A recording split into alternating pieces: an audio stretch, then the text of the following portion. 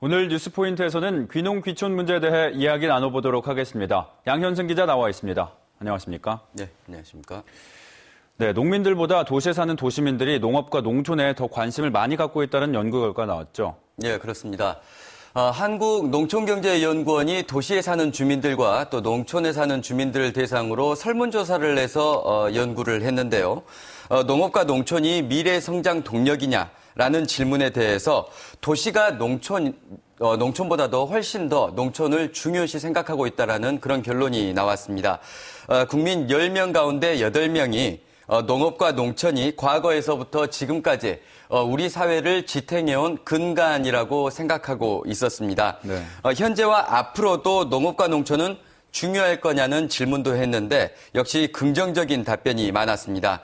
도시민 10명 가운데 6명이 농촌의 공익적 가치를 유지하기 위해서 세금을 더 걷어도 된다라는 그런 답변을 했습니다. 농촌에서 농업을 지키고 있는 이 농민들보다 도시민들이 농업과 농촌을 더 중요시 여긴다는 게 저는 이해가 잘 되지 않는데요. 이게 어떻게 된 건가요? 네, 그렇죠. 이 사실 농촌이라는 곳은 도시민들에게는 하나의 이상향으로 여겨지는 곳인가 봅니다. 쉽게 말해서 인위적으로 만들어진 도시보다 네. 자연이 그대로 남아있는 농촌 지역이 그대로 잘 보존되길 바란다. 이런 희망이 섞여 있는 결과가 아닌가 싶습니다.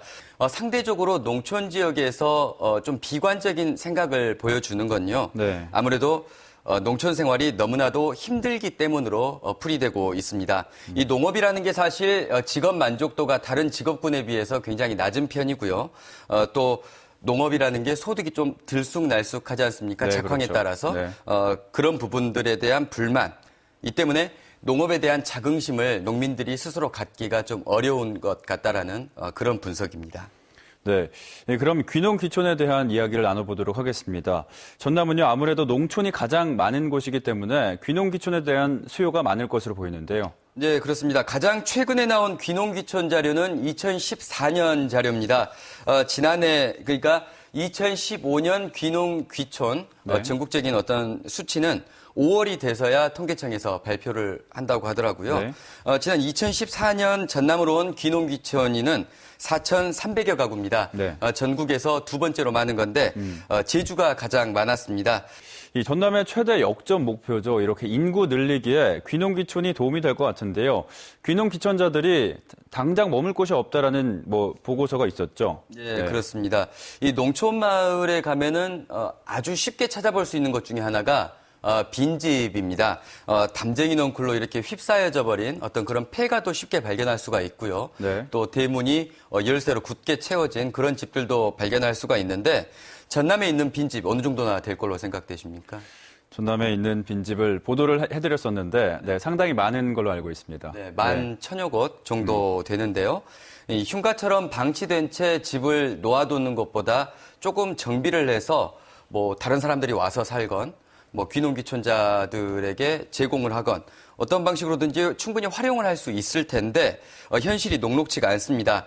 또 정책 방향을 수정해야 한다는 지적도 있다고 하는데요. 마지막으로 그 부분을 좀 설명해 주시죠.